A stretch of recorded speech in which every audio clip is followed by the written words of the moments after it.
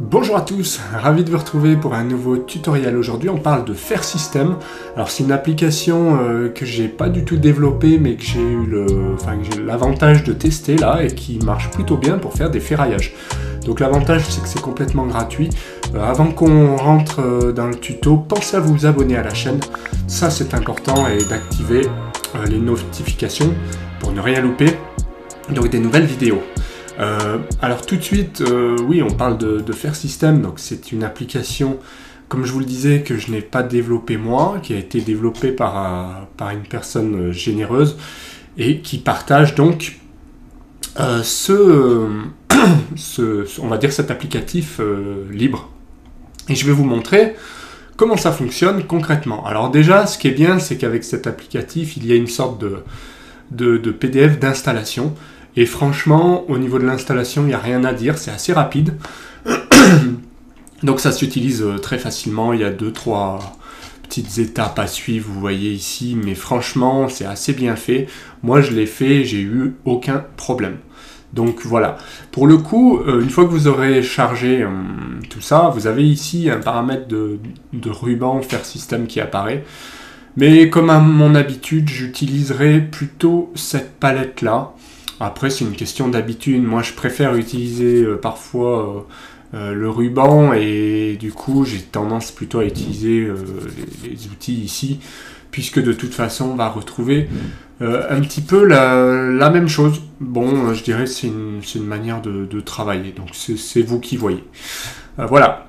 Alors, pour ce que moi, pour le test, eh bien voilà, en fait, ici, c'est tout ce qui est acier.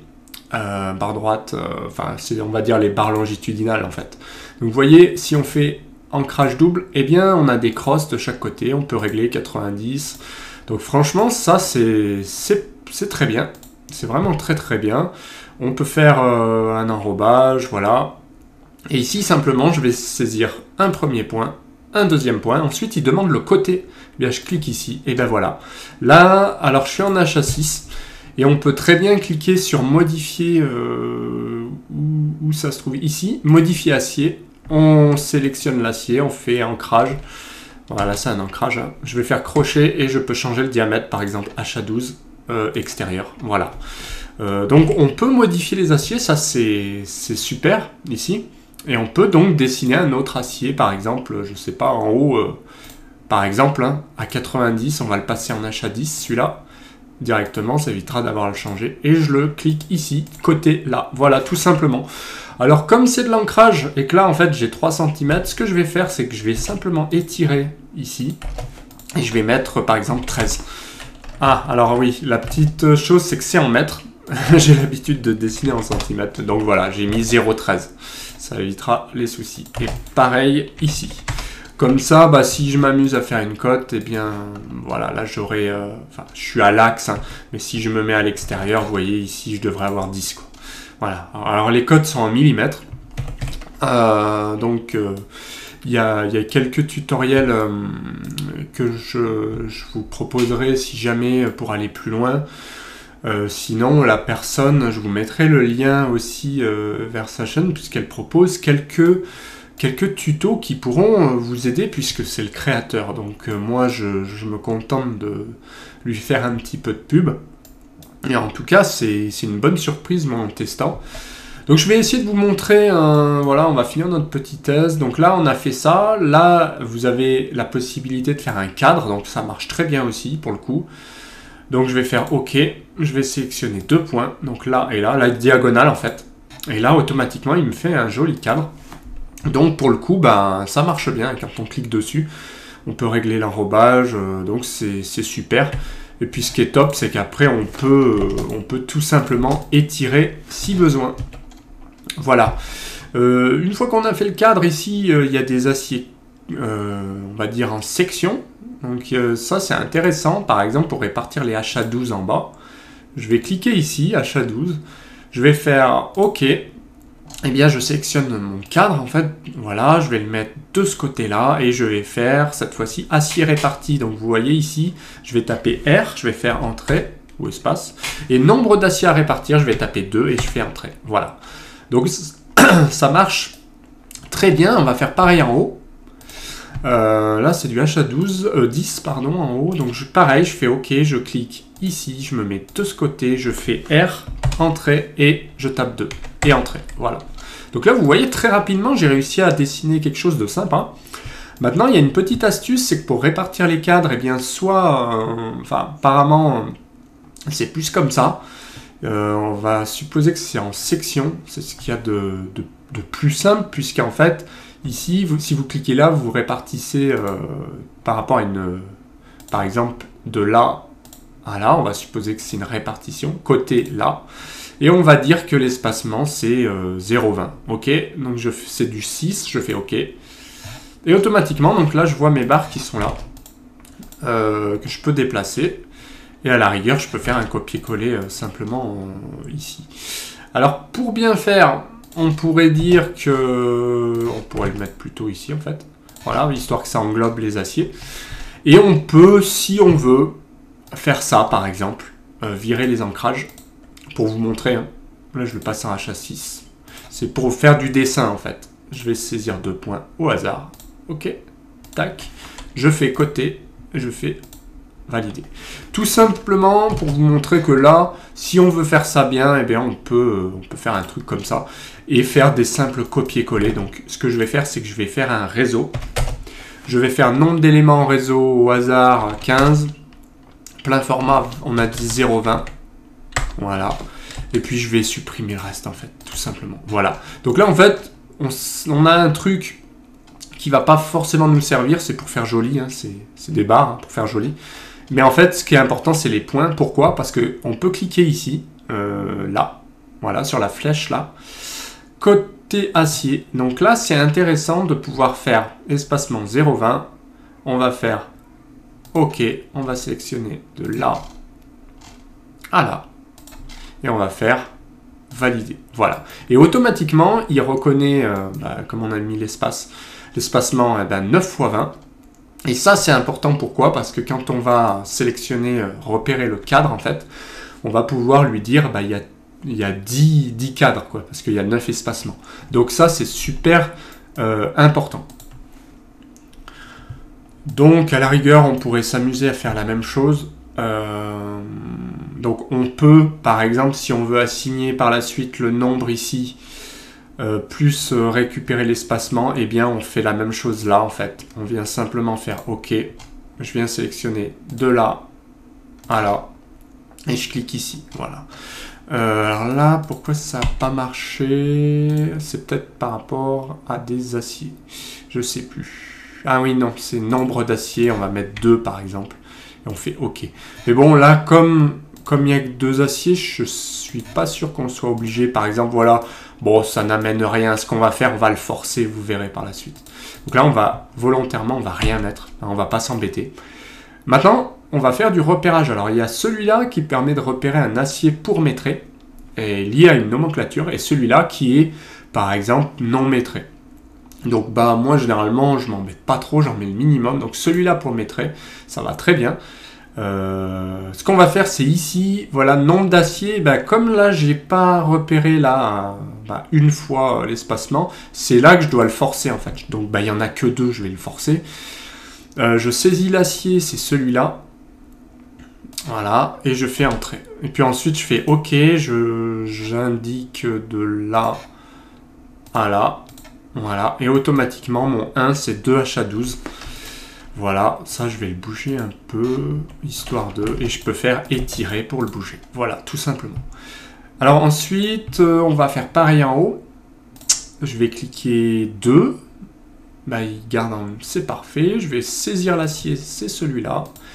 Ensuite, je fais entrer. Je fais OK. Je sélectionne de là à là. Enfin, j'ai cliqué un point là pour valider cette flèche. Et j'ai cliqué là pour balancer mon repère dans ce sens-là. Donc vous voyez 2HA10 et 2HA12. Donc ça marche très bien. Et enfin pour les cadres, ce qui est intéressant, c'est que comme j'ai mis une cote, eh bien je peux cliquer ici et je peux dire, je prends ça, je fais entrer et automatiquement, vous voyez, il prend l'espacement qui est en millimètres et le nombre d'aciers. Et il met un numéro 3, donc là on met ce qu'on veut, l'échelle aussi, on peut la changer, OK. Alors, aucun acier. Donc, saisir l'acier, c'est celui-là. Je fais entrer et je fais OK. Donc, ensuite, je place ma flèche, comme ça, je valide et j'indique la direction en cliquant là. Tout simplement. Donc là, ce qui est top, c'est qu'il reconnaît donc le nombre de cadres. Et ensuite, ce qu'on peut faire, c'est cliquer là, si on veut, donc acier non maîtré. Hein. Et là, on peut très bien dire, bah, numéro 3, OK, il est là, par exemple. Ouais, un truc comme ça. Voilà. Donc ça marche très très bien. On n'est pas obligé, hein, numéro 3, puisque de toute façon, c'est évident. Là, c'est très simple. On n'a qu'un cadre. Il semble réparti comme ça. Là, c'est pareil pour les aciers. On ne va pas s'embêter à les repérer là. Mais bon, si on a des cas très compliqués avec beaucoup d'acier, effectivement, là, j'aurais plutôt balancé des repères partout, puisque pour le coup, ça marche très bien. Mais bon, moins on en met, mieux on se porte parfois. Donc là, c'est très bien. Et ce qui est top, c'est que là, on peut générer une nomenclature ici. Je clique tout simplement là. On peut mettre nom de l'affaire, j'ai mis test. Numéro du plan au hasard, hein, j'ai mis ça. Repère, bah, tous. On peut sélectionner.